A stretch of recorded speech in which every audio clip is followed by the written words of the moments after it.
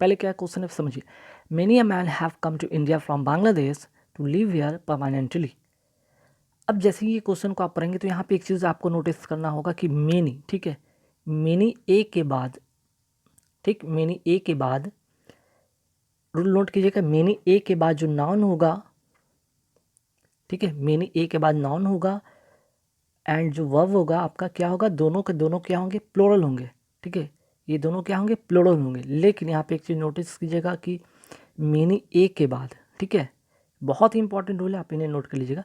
Many ए के बाद noun की बात करें या हम वर्ब की बात करें, ये दोनों क्या होंगे, सिंगुलर होंगे, ठीक है। तो मैं फिर से एक बार रिपीट कर देता हूँ, तो मेनी के बाद, ओनली मेनी के बाद नाउन और वर्ब क्या होंगे, प्लूरल होंगे, ठीक है। और मेनी ए के बाद आपका, मेनी ए के बाद नाउन एंड वर्ब क्या होंगे, दोनों के दोनों सिंगुलर होंगे। तो यहाँ पे देखिए मेनी ए है, ठीक है, तो मेनी ए के बाद मैंने क्या बताया, नाउन सिंगुलर होना चाहिए, तो ये क्या है, नाउन, तो नाउन तो आपका यहाँ पे क्या है, ये सिंगुलर है, ठीक है।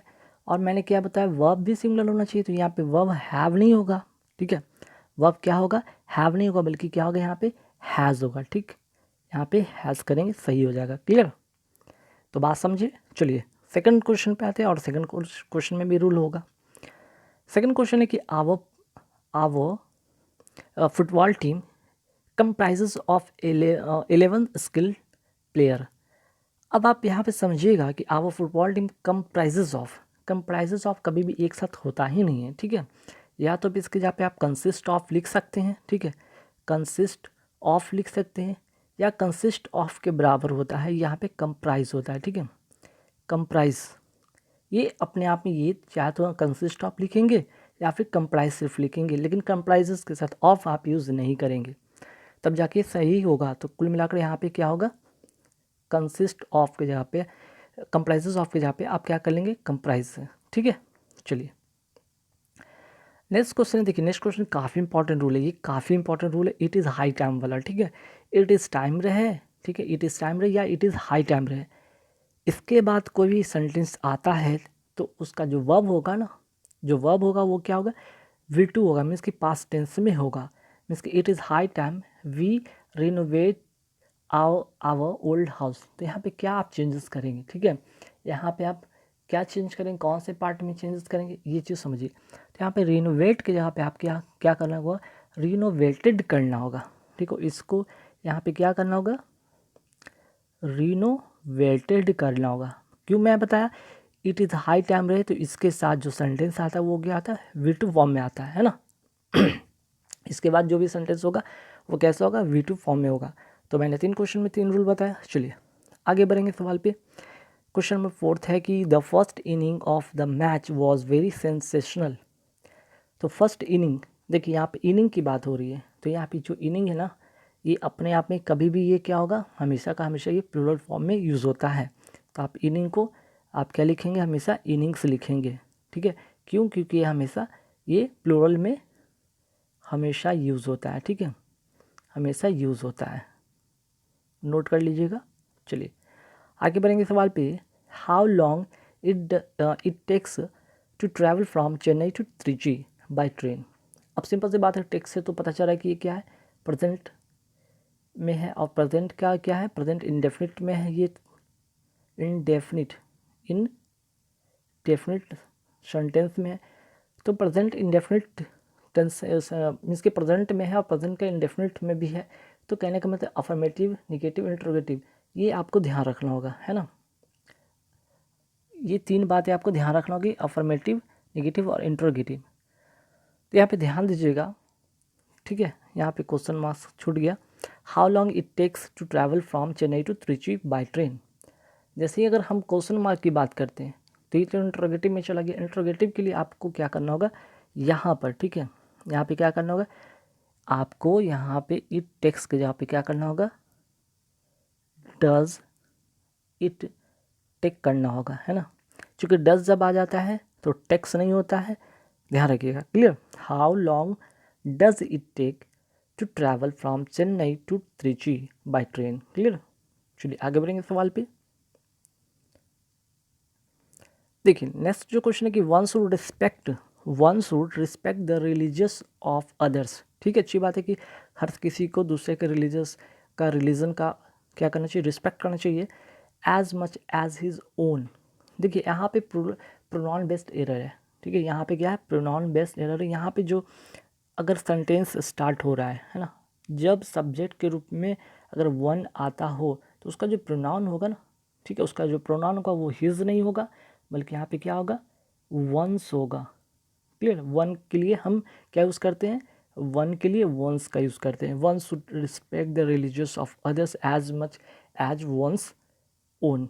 ठीक, चलिए नेक्स्ट क्वेश्चन है कि on a holiday I prefer reading story books than visiting my friends. अब बताना है कि यहाँ पे कौन से पार्ट में एरर है और क्या एरर है। तो जैसे ही आपको यहाँ पे प्रीफर दिख रहा है, ठीक है, तो आपको प्रीफर के साथ क्या लगाना होगा, यहाँ पे प्रीफर के साथ यहाँ पे टू लगाना होगा, prefer reading story books to. ठीक है, यहाँ पे क्या करना होगा, only on a holiday I prefer reading story book to visiting my friends. Clear, चलिए प्रीफर के साथ आप क्या करेंगे, टू लगाएंगे। चलिए आगे बढ़ते सवाल पे कि I was laying down when the door bell rang. अब सिंपल सी बात है कि जब मैं लेटा हुआ था तभी क्या होता है, जो बेल होता है रैंग करता है, घंटी बजने लगती है। तो यहाँ पे लेटने के सेंस में होगा। ठीक है, तो यहाँ पे आपको लाइंग नहीं करना होगा। ठीक है, यहाँ पे चेंज करना होगा, लाइंग की जगह पे आपको लेंग लिखा हुआ ना, यहाँ पे चेंज करना होगा, लाइंग करना होगा। ठीक है, LYING, लाइंग डाउन।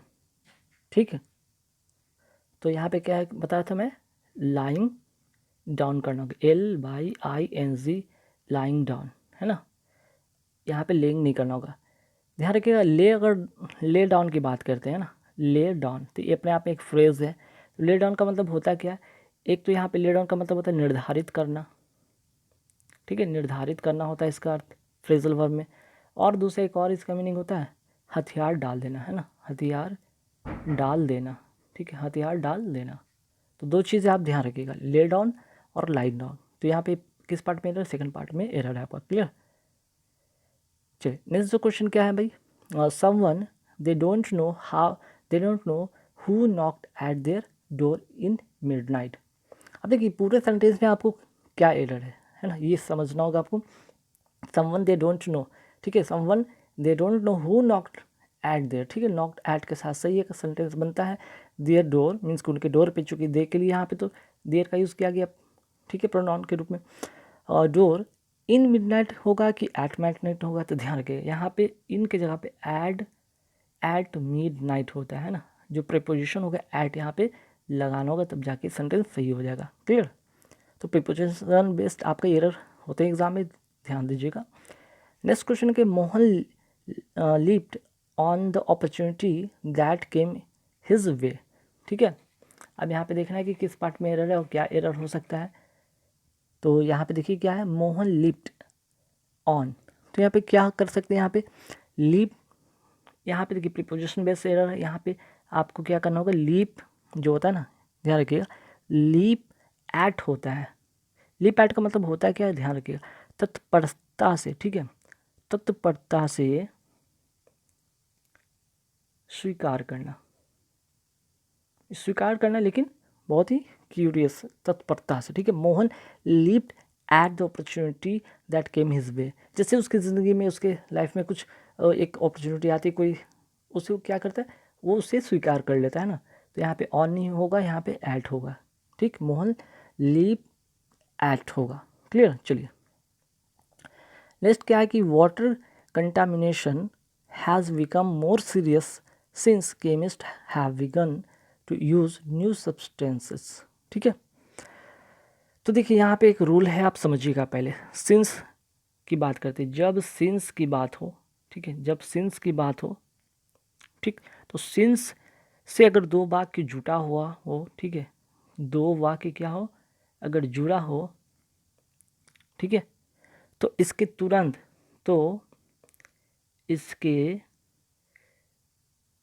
तुरंत बाद जो आने वाला जो होता है, ठीक है, आने वाला जो वाक्य होता है या सेंटेंस होता है, उसका जो वर्ब होता है वो क्या होता है, V2 फॉर्म में होता है।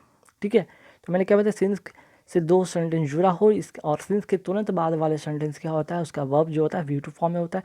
तो यहाँ पे सिंस केमिस्ट हैव विगन नहीं होगा, बल्कि क्या होगा, यहाँ पे हैव विगन काट के यहाँ पे आपको विज्ञान करना होगा, ठीक है, विज्ञान करना होगा, क्लियर।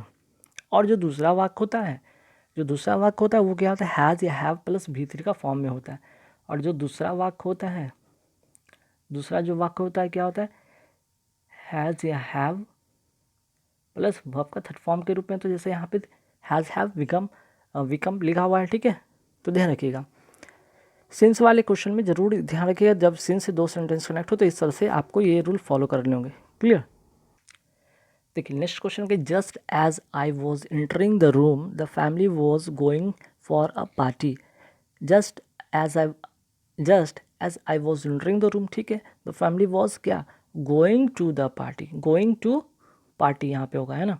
आपको क्या करना, फॉर यहाँ पे काटना होगा, यहाँ पे क्या करना होगा, गोइंग टू होगा, है ना, गोइंग टू अ पार्टी, जैसे कहते हैं ना गो टू समवेयर, ठीक है, तो गो टू के सेंस में होगा यहाँ पे अपने आप में सेंटेंस, तब जाकर ये सही होगा, go to party, go to a party, या जहाँ भी जा रहे हैं, ठीक है, going to a party, clear.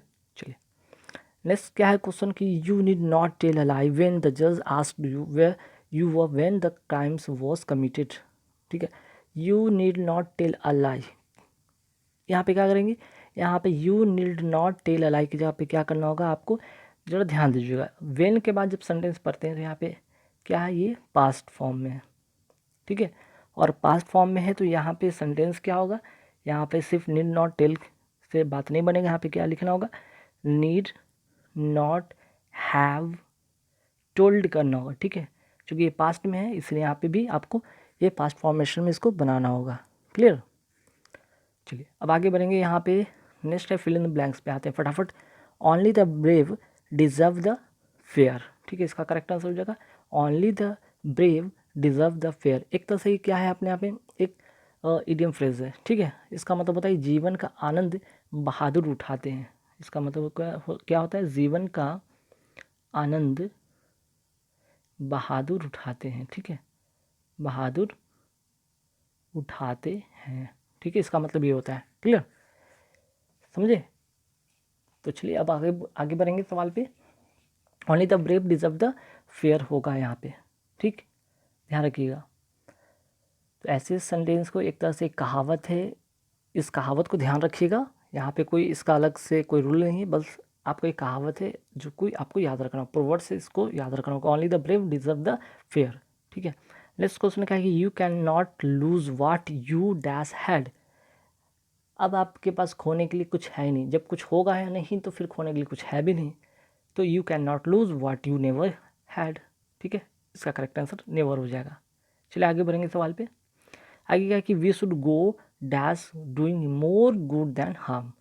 तो यहाँ पे क्या होना चाहिए, ठीक है, यहाँ पे सेंटेंस में क्या होना चाहिए, नेवर वाला तो हो गया, अब यहाँ पे वी शुड गो ऑन होना चाहिए, अबाउट होना चाहिए, एबव होना चाहिए, टू होना चाहिए, ठीक है। तो यहाँ पे क्या होना चाहिए, वी शुड थोड़ा सा नीचे कर देते सेंटेंस को, we should go dash doing more good than harms. तो देखिए यहाँ पे गोइंग अबाउट होगा, we should go about doing more good than harms, means कि अगर गोइंग अबाउट की बात करें तो ये अपने आप में फ्रेज इसका मतलब होता है कि किसी काम को करना, है ना, गोइंग अबाउट, यहाँ पे क्या लिखना होगा आपको, अबाउट करना होगा, जिसका मतलब होता है किसी काम को करना, किसी काम को करना, ठीक है, गो अबाउट का मतलब होता है किसी काम को करना। चलिए आगे बढ़ेंगे सवाल पे, when we got home last evening we found that the guest what, the guest had arrived होगा यहाँ पे, ठीक है, द गेस्ट हैड अराइव्ड, कहने का मतलब पास्ट में अगर जो दो घटना कभी होता है, ठीक है, पास्ट में अगर दो घटनाएं घटी हो तो जो घटना पहले घटी हो उसके लिए हम पास्ट परफेक्ट का यूज़ करते हैं, ठीक है, जैसे यहाँ पे जो दूसरी घटना घटा है इसके लिए हम पास्ट परफेक्ट का यूज़ करते हैं, और जो पहले घटी है, ठीक है, और जो पहले घटी है ये पहले के लिए पास्ट परफेक्ट का यूज़ करेंगे, जो बाद में घटी है, ठीक है, जो बाद में घटी है जैसे ये बाद में घटी, when we got home last evening, जब हम लोग गए थे, we found that the guest, means कि उसके बाद क्या होता है कि वहाँ पे तो जो गेस्ट होते हैं वो जा चुके होते हैं, ठीक है, तो जो पहले घटना घटी उसके लिए पास्ट परफेक्ट जो बाद में घटी उसके लिए क्या होगा, पास्ट इंडेफिनिट, है ना। चलिए आगे बढ़ेंगे सवाल पे।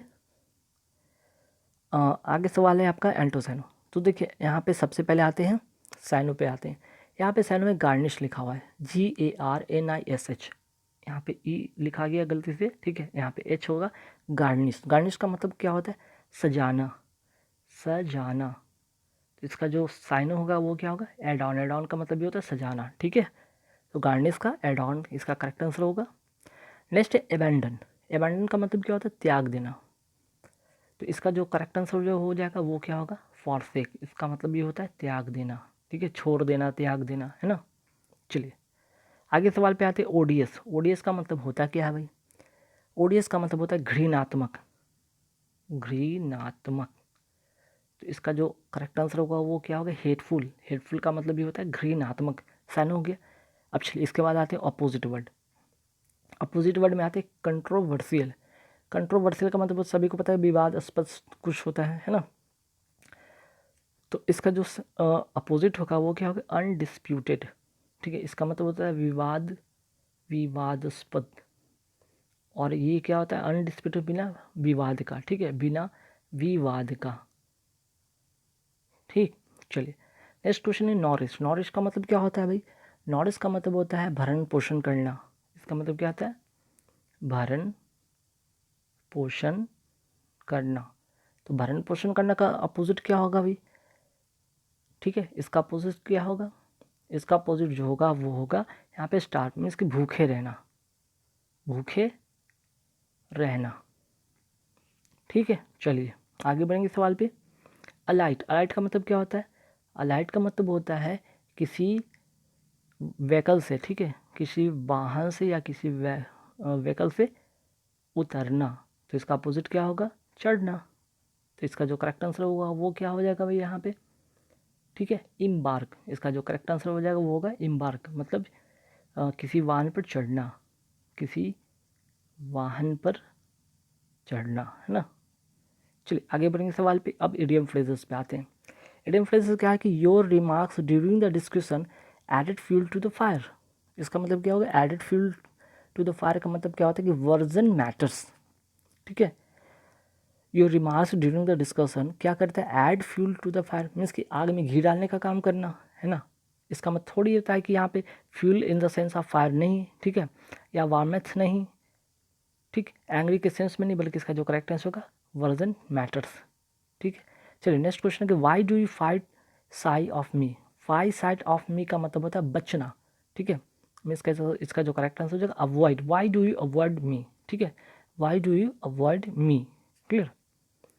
नेक्स्ट क्वेश्चन क्या है भाई, आगे बढ़ते सवाल पे कि they have latched on to tourism as way of boosting the local economy, ठीक है, मीन्स कि दे हैव क्या करेंगे, लास्ट ऑन टू का मतलब होता है प्रमोटेड करना, ठीक है, दे हैव प्रमोटेड टूरिज्म। क्यों करेंगे टूरिज्म का प्रमोटेड, ताकि जो एक तरह का ये जो वे है ये बूस्टिंग करेगा, लोकल इकोनॉमी को ये बूस्टअप करेगा, है ना। तो इसका करेक्ट आंसर हो जाएगा प्रमोटेड।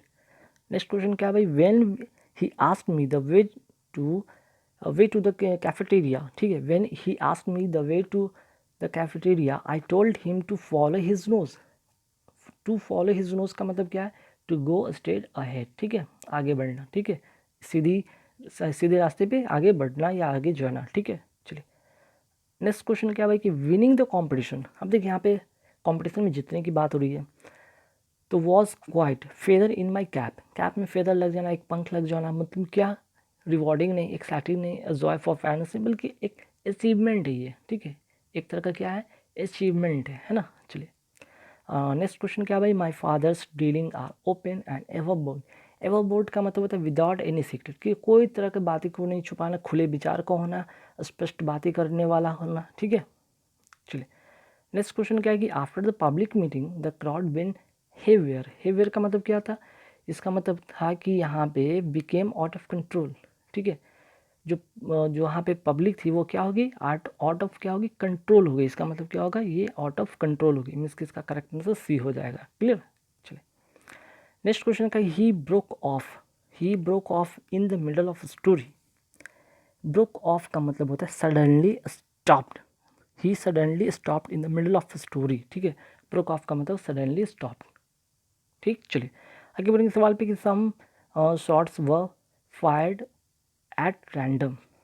एट रैंडम का मतलब क्या है यहाँ पे होगा, ठीक है, एट रैंडम का मतलब होगा यहाँ पर विदाउट एनी एम।